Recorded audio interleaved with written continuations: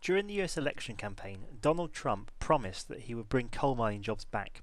Even after winning the election, Trump repeated that amongst his first actions as president would be to free up and fire up shale gas and clean coal, promising millions of jobs by beginning his assault on Barack Obama's Clean Power Plan.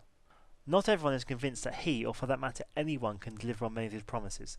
The US coal industry is having a hard time competing against cheap natural gas, and as time goes on, both will find it hard competing against renewables, whose costs keep on falling by forces that are beyond the control of the US president.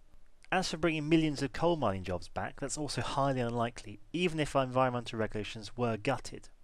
Coal mining jobs in the US have been on a downward trend for at least 4 decades, mainly due to automation, and despite state-level moves, adding the cost of carbon makes coal a non-starter, and few investors are likely to want to put billions into building new coal-fired plants against the backdrop of increasing concerns about climate change.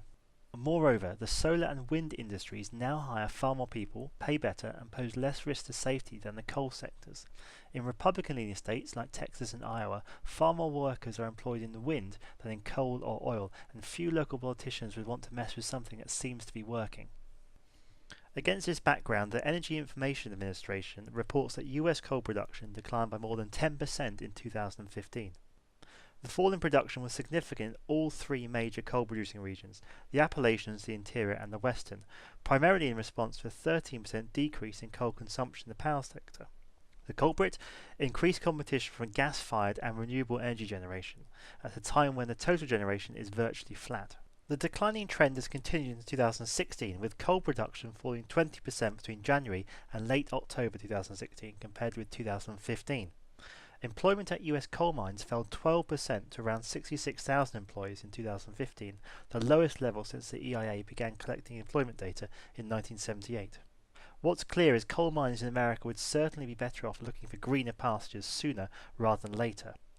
True, coal, like oil, is not going away anytime soon, but the use of the former has already peaked, and the latter is likely to follow a similar fate.